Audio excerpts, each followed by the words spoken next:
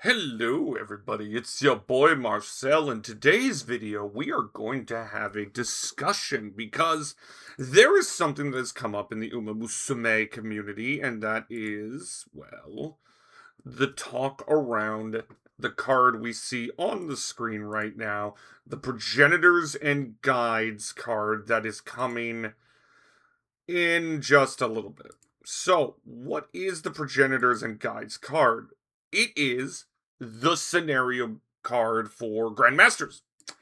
And normally, scenario cards are 100% must pulls. Even the decent ones can be quite useful. There is just one single issue with this card, and that is it is not released on the scenario launch. What do I mean by that? Simply put, second anniversary, you see it right here. The scenario launch is the Majuro Ramono card. 2 weeks later, there's the scenario card. And that brings up a problem, since this is essentially the must pull of must pulls. Like, you definitely 1000% need to get this MLB. We already know that. We've already talked about that a bit. The thing is, scenario cards are like impossible to ignore. Like, I will show you my card planner, right? I have Ancestors here as a 200 pull. Let's make sure to get it. Right? And if you look down, you'll notice that I have pretty much every single scenario banner selected, right? So there's Tucker Bryan, there's Casino Drive. This is a scenario banner. This is a must pull, but it is a scenario banner. Scenario banner, scenario banner, scenario banner, right? So, like, we have all the scenarios ready. If you want to know about, like, scenarios and whatnot, let's not go to there. Oh, wow, they already have the Grandmaster's Guide up. That's pretty impressive. Anyway, let's go to Japan. As we see, we got Grandmasters, L'Arc, UFA Go, Food Festival, Run Uma Run, Twinkle Legends, Design Your Island, and of course the current scenario, which is the ramen scenario. And a lot of people's main question is, should I pull this card, right? Now, for example, Progenitors and Guides, the Goddess card, as they call it, is a fairly solid. At MLB, it's very strong. In my opinion, it gets pretty strong at 1LB. Yes, the training effectiveness is ignored, but I'm gonna go into why I don't think that matters too much. You see, it gets a whole bunch of skills, and especially Divine Speed, which is a current speed skill which Global currently does not have access to. You will eventually get access to it in different ways. I believe Duramente support. Nope, not that. What am I gonna add? Oh, I'm on the Japan one. Whoops. Duramente, where is she? She is, I think, Duramente. There we go. Yeah. Duramente, she has, I believe, no, she does not have Divine Speed. I forget the earliest access to Divine Speed. Anyway, though, back on point. This card is in an interesting position because it's a scenario card, which benefits the scenario. As you see here, all of these benefit the scenario. The problem is, as I said, its release timing. It releases essentially 2 weeks after the scenario, when everybody is, as we see, putting pulls into Majuro Ramono. If you're wondering, for me, I literally have, essentially, to go to 400 pulls, I only need to find one Ramono to get our MLB.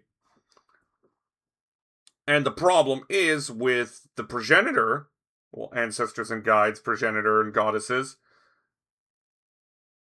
it comes at a point where there's going to be a lot of cards and Umas that people may want. Like, for example, for me, in the span of 3 weeks, in the span of about 4 weeks, I am pulling Laurel, Universe, and Jungle Pocket because Pocket is a late surger card that is definitely worth it, right?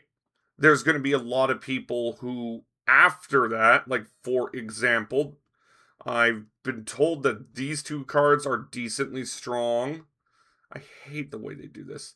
And then there is this card right here, which is a must. A must for frontrunner mains. And then just a little bit after that, we get Chaos Miracle, which is going to be a very, very strong Pace Chaser option, right? So there's a lot of questions of like, do we want to use pulls on that? And of course, we look over there. Aston Bonchan, everybody's going to love. I didn't realize Dawa Scarlet was part of that. So like, there's going to be a lot of like, people are going to want that, and just not even that farther down. I completely forgot about that. TM Opera O. This card's important for Pace Chasers as it is your earliest access to, and I will just get it right now just to be safe. Show upcoming supports. TM. This one right here. It is your earliest access to Beast Mode, aka Monster, which is a acceleration for Pace Chasers or on long tracks as well. So it is a very worthwhile card. And a lot of people may be saying, well, why am I suggesting to get Ancestors and Guides, Progenitors, whatever it is called? And it is in large part because I think one thing has been forgotten about Uma Musume, and that is the Boros slot being open is so important. What do I mean by that? Well, Henry Handsome Darby has a very nice look. It hasn't been fully checked, but we can see, you know, the starts of, like, what's the word I'm looking for? The idea of the things people want to pull, right? So, like, Grandmasters. Let's go to it, right? So, Grandmasters, it starts off interestingly as this bad boy comes back. And the main reason is it has gold corners. So, this one is the rarity here. Of course, that's in large part because, well, the frontrunners are monsters. Oh my goodness, frontrunners are monsters in that CM. But that being said, let's go on and let's start moving forward. This is CM24, you know, pretty strong. Let's get a lot of stamina and whatnot. I believe this is the Kika show, actually. Look, I want you to look at these right here. Notice how all of them, like, you know, all that, Summer Creek and all that. The big change is, look at the difference between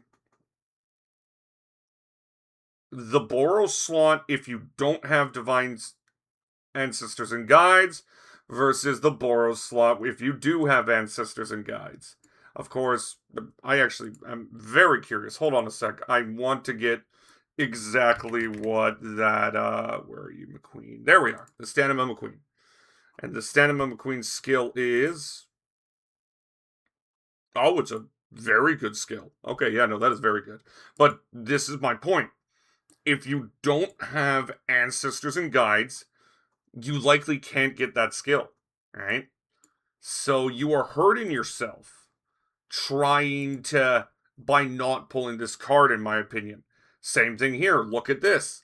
Look at the difference you can go after, right? So say you don't have Divine Ancestor and Guides, you can't get Chaos Miracle. You can't go after the Acuna Dictus. You can't go after this special week, right? Or in this case, you can't get, for example, I'm still going to be playing some Frontrunner to support my late surgers in, to support my late surgers, right? Like, I have her as a selector, I already have V Bourbon, I have her as a selector for 2.5.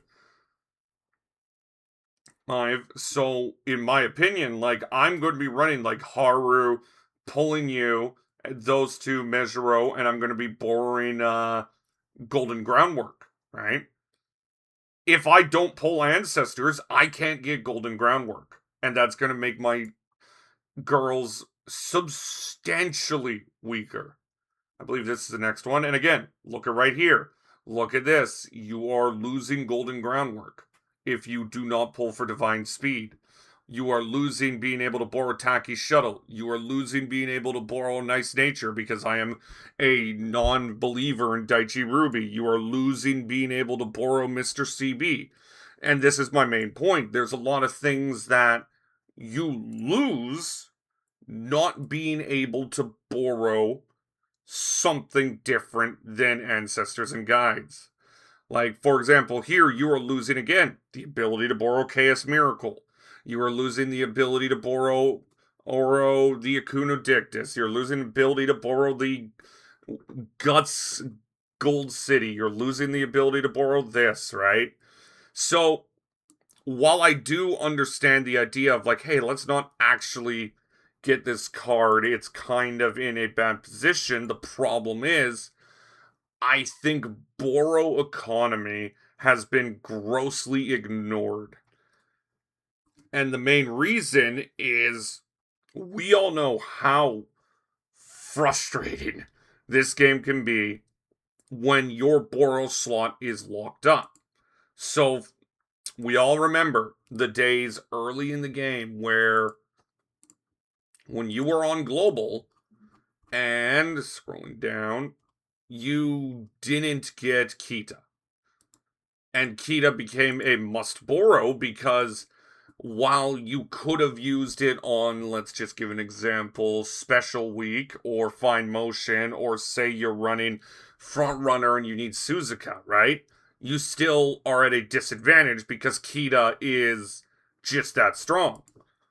And we're in places here, later in the game now that we're in, what is this, like our fourth scenario? Where you still have a good amount of cards. The problem comes in again, if that borrow slot is locked up on Ancestors and Guides, it reduces your ability to build. And, it's different for everyone, right? Everyone has their, okay, I'm just playing for fun, so it doesn't bother me. But if you're playing to, yeah, I want to compete a bit in, the PvE stuff, or yeah, I want to make my Team Trials team as good as possible, you run into the problem where you legitimately run into, man, I'm having to borrow Divine Speed, Ancestor Guides all the time. And it becomes frustrating because it will, again, limit yourself. Now, of course, Project Lark, we're not going to go too far up because it's that. But for Ancestors and Guides, I believe we have... Okay, so we have 1, 2, 3, 4, 5, 6. So we have 6 different PvE events. Of course, the first PvE event of Grand Arc is a different thing entirely. God, that's going to be fun. I cannot wait to grab a hold of you. I love how that's a borrow. Anyway, my point is, I think you are doing yourself a disservice to not getting at least a copy. And I know a copy, let's just say you end up getting 1 limit break. This honestly isn't that bad. And it allows you to keep that borrow slot open, which is the single most important thing. I cannot stress enough how important it is to keep that borrow slot open. Because that borrow slot allows you to do things like this. Allows you to click... Okay, this is 23. Let's go to 24. It allows you to say, hey, I'm far enough ahead. I can get the Mejiro Stamina card instead of having to borrow Divine Speed, right? I can get, in CM25 as an example, I can get Golden Groundwork instead of having to borrow that. I can get Taiki Shuttle instead of having to borrow that. That's the big thing here. And that is what I am trying to stress, is that, yes, it is a terribly positioned banner. I will not deny the fact that they thought it was a good idea to release the scenario banner 2 weeks after. It's not even oh, it's just one banner later. They literally put the a rerun banner in between it, which is just hilarious, by the way, when you think about it. So it's just insanity that they thought this was a good idea. Thankfully, every single scenario is not like that. So the L'Arc scenario will see El Condor Pasa and Mai released it then. Then you say Orfevre and Ryoka, Yayoi and Nishino Flower, which by the way, Nishino Flower, I haven't looked much at the Yayoi card, but I do know that Nishino Flower is kind of absurd. Let's look at the Yayoi card when I get a chance, since we're right here. This is the Food Festival one. Oh, it gives Super Stan. Okay, that's pretty nice. But the card released beside it is going to be the absolute monster. Because apparently, first, let's just take a look at that. Training effectiveness, absurd. The big, wow, it has groundwork. That's hilarious. The big thing is a lot of the League of Heroes and Champions meetings are all shorter distance. Yeah, that's one thing that's funny. But anyway, so you may ask your, yes, I completely agree that this banner is incredibly difficult to pull for because you just have no room between Ramono and that. What I will say is that we are at a point in Uma Musume where you generally could skip a decent amount of banners. Like, I'm not gonna pretend I know exactly the strengths of cards, but what I will say is that you have a lot of room. So, like, for example, we got Machan coming up. Machan, respectable, right? Nothing too absurd. You could skip that. Uh, you likely already have Feinmo or Marzensky. Again, probably skip that. Of course, Champions meeting starts up soon. That's going to be nice. And then in terms of like, we got a rerun here because I'm sure y'all know in Japan, the reason these are getting a rerun is because when they first released in Japan, there was an issue with the payment system. And because of that, a lot of people missed on pulling them. So they did a rerun a little bit later. This is, you would think I would say this is a card you want. No, this is a card you want to borrow because it's a situational card at best. Yanman Zephin, I have nothing to say about her. And then, like, again, more situational cards. Decent Umas right here. Another buyback one if you really want Mr. CB. That's not a bad one. Super Creek isn't bad. Good late surger card, but nothing worth pulling on. Ooh, this event's coming back. Nice. Another couple paid scout ones. Honestly, not bad. Honestly, I don't think these are that bad when it comes to the UMA. A paid scout gives you access to any one of these, which isn't that bad. I think this is the only time I'd recommend it. I think this is the Christmas event. Yeah. Vodka and Daiwa, another really unique Umas. They are both more situation to specific tracks. For example, Daiwa is more situational towards the Arima Kainen, I believe.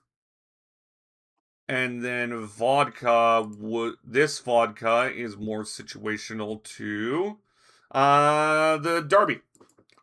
But yeah, you look at that, like, decent, nothing insane. The only, like, uber insane pull coming up, in my opinion, is Narita Blind Berets. I think she is going to be incredibly strong for a while because she is the only pace chaser with Monster in her kit. These two can be strong. My big thing with them is, well, they're both on this selector, right? So you can easily just wait and get them there. But, like, after that, like, again, we got two decent cards. This is a skip, in my opinion, decent. Helios is very strong for Mile, so maybe worth your time. And then, of course, you got this coming up, this coming up. These two are probably Oh, honestly, Ines Fujin might be more strong than Blaze Bryan, but again, as you saw, you have selectors, and then after that, we got Measure Romano. So, you may say, well, what if I don't spend money? Honestly, I think there's more than enough time to save not only for like 4 to 600 pulls here, you can easily get 200 pulls there just to make sure you get the card and leave the Boros slot open. And that's pretty much where I'm going to end it here. It's, as I said, I understand the frustration. It absolutely was a terrible idea. But I just think that you will do yourself a huge favor if you are able to keep your Boros slot open. Anyway, that was a nice little chat. I will see you next time. Peace.